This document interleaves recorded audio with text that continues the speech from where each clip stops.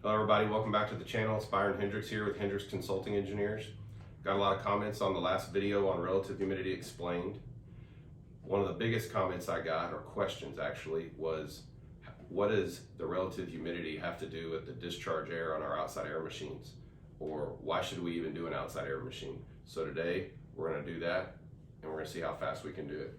So if you remember from the last video, each container represents a certain temperature air. So you've got warm air, room temperature air, and cold air, which is the cooling coil, right? It can only hold however much water can fit in the container, okay? So we're gonna run through a quick example. Here we go.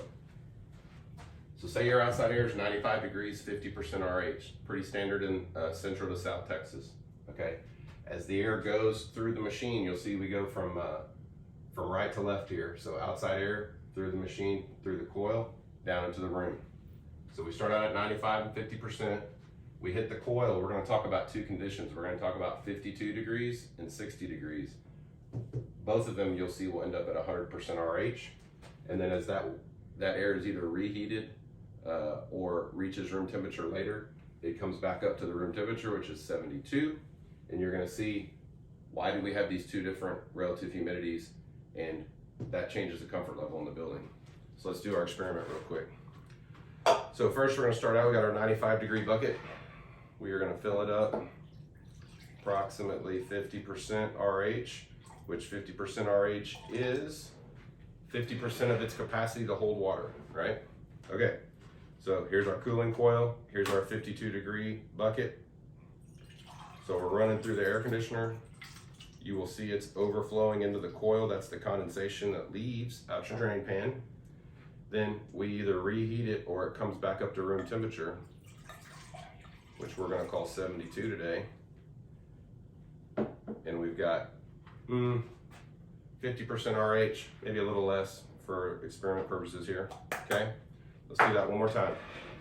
So we'll come back over here with our 95 degree bucket.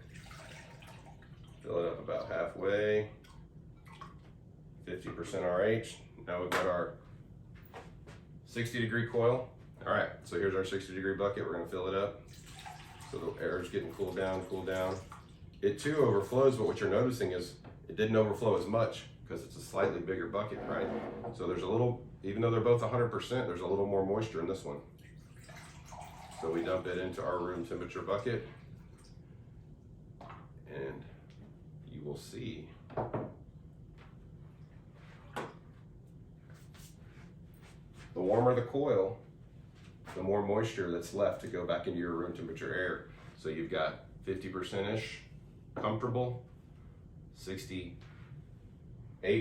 RH, not so comfortable. So there you have it. That's why we want to keep our cooling coils for our outside air machines down in the low 50s, because it directly affects how much moisture is left in the air in the room. See you next time. Like, share, and subscribe our channel. Hit me up if you got any more questions.